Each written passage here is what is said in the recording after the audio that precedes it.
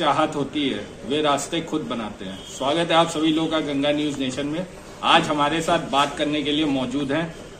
प्रगतिशील समाजवादी पार्टी के youth wing के राष्ट्रीय सचिव डॉक्टर जमील अहमद अंसारी। आइए उनसे बात करते हैं कि 2022 विधानसभा चुनाव की तैयारी कैसी है। स्वागत है आपका गंगा न्यूज नेशन में। Thank you. आप सभी लोगों का मैं आभार व्यक्त करता हूं कि आप लोगों ने सम्मान दिया और यहां पर आप लोगों ने आमंत्रित किया, इसके लिए बहुत बहुत धन्यवाद। बाकी चुनाव 2022 के संबंध में मेरा अपना ये कहना है कि 2022 जैसा कि इससे पूर्व भी चुनाव होते आते रहे हैं, लेकिन मेरा अपना चुनाव में जो सहयोग है वो राजनीति के तहत नहीं है, न्याय हित नीति, समाज हित नीति और राष्ट्र हित नीति के तहत मैंने पार्टी का पद लिया है और उसी उद्देश्यों के साथ मैं चुनाव में भी कर्म करना चाहूँगा। और हमारे जितने भी बॉडी के लॉबी के लोग होंगे सबका उद्देश्य यही होगा कि राष्ट्र हित नीति में काम किया जाए। अब रही बात चुनाव विधानसभा 2022 की, तो इस संबंध में चुनाव जैसे होता चला है उसी प्रकार से होगा, लेकिन अब हमारा अपना जहां से स्टार्टअप है, हमारा स्टार्टअप जो होगा वो सारी चीज़ों का एक ही मोटो, एक ही सिद्धांत हमारा होगा कि राष्ट्र हित में काम करना है। और राष्ट्र हित में काम करने के उद्देश्य से चुनाव से संबंधित बेसिक स्तर पर समाज सेवा और समाज सेवा में खासतौर से स्वास्थ्य एवं शिक्षा पर कार्य और दबे दलित कुचलित जो भी हमारे वर्ग के पिछड़े वर्ग के लोग हैं उनको एक साथ एकजुट होकर के अपने साथ कंधे से कंधा मिलाकर साथ लेकर के चलना। और मैं जहां जिस स्तर पर रहूंगा सभी भाइयों का, पूरे राष्ट्रवासियों का और पूरे देशवासियों का मैं यही उनका आशीर्वाद चाहूंगा कि कंधे से कंधा मिला करके एक साथ चलें और राष्ट्र विकास में काम करें। और अपने राष्ट्र के लिए मैं जब से होश संभाला हूँ इस तरह की विचारधारा ईश्वर अल्लाह की कृपा से मेरे अंदर आई है और मैं उसी विचारधारा के साथ काम कर रहा हूँ और भविष्य में उसी विचारधारा के साथ अपने राष्ट्रहित के लिए जीवन समर्पित करना चाहता हूँ। विधानसभा चुनाव करीब है, तो क्या प्रगतिशील समाजवादी पार्टी का गठबंधन किसी पार्टी के साथ होगा या फिर शिवपाल यादव चुनाव अलग लड़ेंगे? विधानसभा 2022 का चुनाव प्रगतिशील समाजवादी पार्टी राष्ट्रीय अध्यक्ष आदरणीय शिवपाल चाचा जी का प्रयास है कि समाजवादी पार्टी बड़े भाई आदरणीय श्री मुलायम सिंह यादव जी और पूर्व मुख्यमंत्री श्री अखिलेश यादव जी और पूरा परिवार चुनाव एक साथ में लड़े, ये प्रयास है आदरणीय दोनों चाचा जी लोगों का। बाकी और पार्टियों के बारे में अभी कुछ कंफर्म कहा नहीं जा सकता। प्रयास ये है कि जो भी पार्टियां लोहिया समाजवाद और राष्ट्रहितवाद के लिए कार्य कर रही हैं उन सभी पार्टियों से गठबंधन हो सकता है और ये विश्वास है और आशा है कि आप सभी प्रदेशवासियों के आशीर्वाद से, देशवासियों के आशीर्वाद से 2022 में सपा प्रसपा की सरकार होगी और जन सेवा, समाज सेवा, राष्ट्र सेवा के उद्देश्य से कार्य संपन्न किया जाएगा और पूर्व काल में इन्हीं उद्देश्यों के साथ सरकार पूरे बहुमत से चलेगी। माननीय सचिव जी, अभी आपने कहा कि 2022 में प्रसपा की सरकार होगी, तो इसके लिए पूर्व में क्या प्रयास किए जा रहे हैं वर्तमान में? सर, मैंने बिल्कुल प्रसपा से नहीं कहा है। मैंने ऐसा कहा कि प्रसपा और सपा दोनों एक ही परिवार के दो अंग हैं। सपा साइकिल और प्रसपा का चुनाव चिन्ह है चाबी, सिंबल चाबी है। तो जैसा कि साइकिल और चाबी, हर साइकिल में एक लॉक ताला होता है और उसकी एक चाबी होती है, तो परिवार में ही सब कुछ मौजूद है और पूरा परिवार साइकिल और चाबी दोनों मिल करके विधानसभा 2022 चुनाव लड़ने के प्रयास में है कि संगठित होकर के चुनाव लड़ा जाए और उत्तर प्रदेश में बहुमत से सरकार बनाया जाए। आमतौर से देखा जाता है कि कुछ वर्गों में बांट करके राजनीति देखी जाती है, लोग कहना है। आप उस बंटवारे को कैसे संभालेंगे? बिल्कुल सही आपने कहा। जैसा कि इस तरह की राजनीति धर्म के नाम पर, समाज के नाम पर, ऊंच नीच के नाम पर हो रही है, तो बिल्कुल मेरा अपना जहां तक अस्तित्व शुरू हुआ है और जहां तक रहेगा, ये सारी चीजों को परे रखकर और सभी वर्ग और धर्म को यूनाइट करते हुए, एक करते हुए, और 2022 ही नहीं भविष्य के लिए, राष्ट्रहित के लिए इस विचारधारा के साथ काम किया जाएगा। और इन्हीं बातों के साथ मैं सारी बातों का एक सारांश कहना चाहूँगा, जो मैंने अपना और मेरी अपनी विचारधारा के तहत एक स्लोगन मुझको आता है कि हम सब एक ईश्वर की संतान हैं, हम सब एक ईश्वर की संतान हैं, और मानव धर्म हमारा, आओ मिल हिंदुस्तान में अमन चैन भाईचारा का इतिहास रचें, ये संकल्प हमारा। तो 2022 में अगर प्रसपा की सरकार और समाजवादी पार्टी की सरकार बनती है, तो यूपी में 5 साल में कौन से ऐसे विकास कार्य किए जाएंगे और 5 साल बाद हम यूपी को कहां पाएंगे? यदि सपा प्रसपा और समाज हित, न्याय हित और देश हित, राष्ट्र हित की विचारधारा के साथ जो भी पार्टियां चुनाव विधानसभा 2022 में संगठन बना करके, गठबंधन बना करके चुनाव लड़ेंगी, तो यदि सरकार, यदि नहीं, मुझे पूरी संभावना है, यकीन है कि हमारे प्रदेशवासियों, राष्ट्रवासियों का आशीर्वाद रहा तो 2022 में सरकार जरूर बनेगी। और रही बात 5 वर्षों के कार्यकाल के लिए, तो प्रदेश की बात जहां तक है, तो पहला सिद्धांत होगा पार्टी का स्वास्थ्य और शिक्षा के संबंध में प्राथमिकता होगी कि अपने प्रदेश को स्वास्थ्य संबंधित सेवाएं और शिक्षा संबंधित सेवाएं प्राथमिक रूप से जो है जनता को उपलब्ध कराया जाए, क्योंकि मेरा मानना है और कि शिक्षा ही एक ऐसी चीज है जो समाज में एक नया क्रांति ला सकती है, और एक नई क्रांति के साथ हमारे समाज को ही नहीं, पूरे राष्ट्र को, बल्कि पूरी दुनिया में एक नया बदलाव लाया जा सकता है, और जिसको हम कहेंगे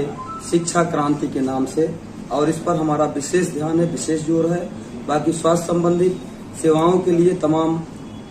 मेडिकल कॉलेज की व्यवस्था और मेडिकल एजुकेशन संबंधित मेडिकल कॉलेज की व्यवस्था और स्वास्थ्य की जितनी भी व्यवस्थाएं हैं, उस पर विशेष रूप से ध्यान देते हुए स्वास्थ्य और शिक्षा पर कार्य किया जाएगा। बाकी समस्त जितने भी जनता की सेवाओं की आवश्यकता होती है, सभी से आवश्यकताओं पर, सभी विभागों पर विशेष ध्यान दिया जाएगा। नेताजी, भारतीय जनता पार्टी वर्तमान में सरकार में है, भाजपा, कांग्रेस और बसपा के बारे में क्या कहेंगे? वर्तमान में भारतीय जनता पार्टी प्रदेश में, देश में जहां भी है, तो भारतीय जनता पार्टी के बारे में मेरा अपना जो समझना है, पार्टी का सिद्धांत, मोटो जो है, वो किसी के विरोध में नहीं है, लेकिन उसमें कुछ इस तरह के हमारे नेतागण भाई हैं जो कि उसमें धर्मवाद और समाजवाद और तमाम प्रकार की ऊंच नीच की भेदभावनाएं, मंदिर मस्जिद को लेकर के या इस तरह धर्म जात के नाम पर इस तरह के मामलात होते रहते हैं। बाकी जो मैंने आज तक जान पाया है, पार्टी का अपना सिद्धांत, वो भाजपा हो, बसपा हो या प्रसपा हो, कोई भी पार्टी हो हमारे भारत की, सभी पार्टियों का सिद्धांत, बायलाज जो होता है वो यही होता है कि समाज हित और देश हित, राष्ट्र हित नीति कार्य करेंगे। अब वो उससे हटकर कुछ बीच में ऐसे नेता भाईगण आ जाते हैं जो अपना सिद्धांत व्यक्तिगत सही करने के लिए लोगों में भेदभाव और कूटनीति का विचार पैदा कर देते हैं, जिससे हमारे देश में अमन चैन शांति भंग होती है। मैं उन सभी लोगों से निवेदन करूंगा, इस तरह की भावनाओं से हट करके अपने समाज और राष्ट्र हित में काम करने का विचार बनाएं और प्रतिज्ञा लें। जैसा कि आप युवा विंग के राष्ट्रीय सचिव हैं और लगातार बेरोजगारी चरम सीमा पर है, महंगाई चरम सीमा पर है, तो आने वाले 5 साल में अगर आपकी सरकार आती है तो कौन सी ऐसी इंडस्ट्रीज लगाई जाएगी जिससे ज्यादा बेरोजगारी को दूर करा जाए और युवाओं में खुशहाली जैसा माहौल है? बेरोजगारी, बिल्कुल हमारे देश में बेरोजगारी एक बहुत ही जटिल समस्या बन चुकी है। हमारे देश का युवा शिक्षित अशिक्षित जो भी है रोजगार को लेकर त्रस्त है और महंगाई दिन ब दिन बढ़ती जा रही है, जिसके कारण हर परिवार आर्थिक संकट से गुजर रहा है, जूझ रहा है। तो रोजगार के मामले में जैसे अभी अगर हमारी सरकार बनती है, हमको वहाँ पर मौका दिया जाता सेवा का, तो उसके तहत हमारा अपना जो विचार है रोजगार के लिए कुटीर उद्योग, लघु उद्योग और इस प्रकार के तमाम, अभी जैसा कि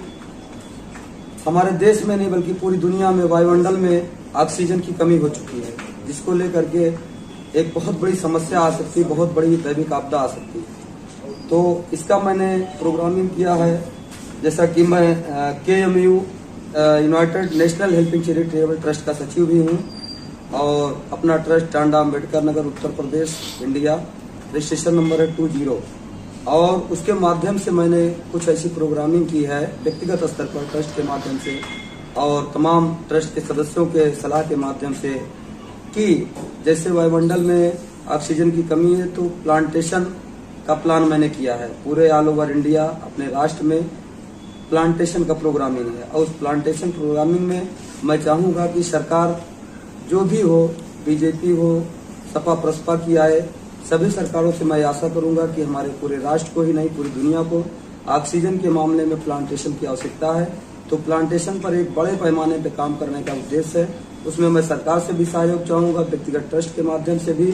जो कुछ बन पड़ रहा मैं कर रहा हूँ भविष्य में करता रहूंगा। उससे एक हमारी जो प्लानिंग है कम से come all over India plantation का काम जब तक चलता रहेगा लगभग 10,000 से लेकर के मिनिमम 10,000 से लेकर के मैक्सिमम 10 लाख लोगों का रोजगार उसमें पैदा होगा। और रोजगार से संबंधित जैसे अभी भारत सरकार का उपक्रम रासायनिक डीजल पेट्रोल से प्रदूषण बहुत ज्यादा बढ़ रहा है और क्लाइमेट पॉल्यूटेड हो चुका है, जिससे गंभीर बीमारियां और श्वास की तमाम बीमारियां उत्पन्न हो रही हैं। तो प्रदूषण को लेकर के एक हमारी प्लानिंग वो है प्लांटेशन की, और दूसरी प्लानिंग हमारी है भारत सरकार द्वारा पेट्रोलियम डिपार्टमेंट शोध मंत्रालय द्वारा शोध डिपार्टमेंट द्वारा बायोडीजल और बायोपेट्रोल पर शोध हुआ है जो कि प्रदूषण रहित है। और प्रदूषण रहित पेट्रोल और डीजल और उसकी जो है प्रोडक्शन यूनिट गवर्नमेंट ने रिलायंस ग्रुप ऑफ कंपनीज को दिया, जिसका एक डिवीजन है बायो रिलायंस डीजल डिवीजन और बायो रिलायंस पेट्रोल डिवीजन करके है। तो उसके अपनी मार्केटिंग का काम हमारे आदरणीय भाई साहब श्री अंकित मिश्रा जी IC बायोफ्यूल्स के proprietor all over India marketing जो कर रहे हैं, उन्होंने मुझे उसमें RSM ऑफ इंडिया बनाया है, SRM ऑफ इंडिया बनाया है। तो उसके माध्यम से मैं प्रत्येक डिस्ट्रिक्ट में SCM नियुक्त करके और प्रदूषण रहित ईंधन का समुचित व्यवस्था प्रदेश जिले स्तर पर, ब्लॉक स्तर पर और जिस प्रकार से भी की आवश्यकता है जनता को ईंधन की, हर स्तर पर ईंधन के लिए पंप वितरण का काम करने में सहयोग करूंगा। और उसमें लगभग पूरे भारत में हजारों की संख्या में लोगों के लिए रोजगार, सुनहरा रोजगार का अवसर है और वो रोजगार प्रयास करके पर्याप्त दिलाया जाएगा। धन्यवाद। एक आखिरी सवाल, भाजपा के 5 साल पूरे होने को हैं, तो भाजपा के 5 साल के कार्यकाल को आप कैसे देखते हैं? और अगर बात करें केंद्र सरकार की तो 2014 से अब तक केंद्र सरकार के भी 7 साल पूरे हो गए, तो 7 साल के आप भाजपा के कार्यकाल को कैसे देखते हैं? और क्या ऐसा चेंज आने वाला है 2022 के चुनाव में? अगर आपकी सरकार आती है तो 2027 तक युवाओं को कितनी जॉब मिलने की अपेक्षा है और एक नया उत्तर प्रदेश क्या हम लोग को देखने को मिल सकता है? बहुत अच्छी बात आपने कही। रही बात भाजपा बीजेपी प्रेजेंट टाइम में केंद्र में और उत्तर प्रदेश में सरकार और भी सूबों में, तो कार्यकाल कैसा रहा इसके संबंध में मैं यही कहना चाहूँगा कि कार्यकाल से क्या रहा क्या नहीं रहा इसका सही उत्तर जनता बताएगी। और दूसरी बात यह है कि अगर मैं कुछ कहता हूँ तो कोई भी पार्टी की या किसी भी परिवार की आलोचनात्मक बात होगी मैं आलोचना की कोई बात करना ही नहीं चाहता। और दूसरी बात, आपने कहा कि उत्तर प्रदेश का एक नए उत्तर प्रदेश के रूप में हम लोग आशा रखें। बिल्कुल आशा रखें। यदि हमारी प्रदेश की जनता और हमारे राष्ट्र की जनता ने अवसर दिया तो उस अवसर में सेवा का मौका जब प्रदान होगा तो बिल्कुल मैं वादा करता हूं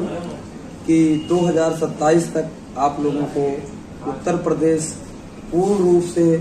सजा संवरा हुआ और शिक्षा और स्वास्थ्य के संबंध में तमाम इंस्टीट्यूशन, मेडिकल कॉलेजेस और तमाम जो भी प्रौढ़ शिक्षा पर और बधिर शिक्षा, जो भी तमाम प्रकार की शिक्षाएं होती हैं, सारी शिक्षाओं पर विशेष जोर दे करके शिक्षा को पहले ध्यान दिया जाएगा, जिससे कि हमारा समाज शिक्षित हो और शिक्षित हो करके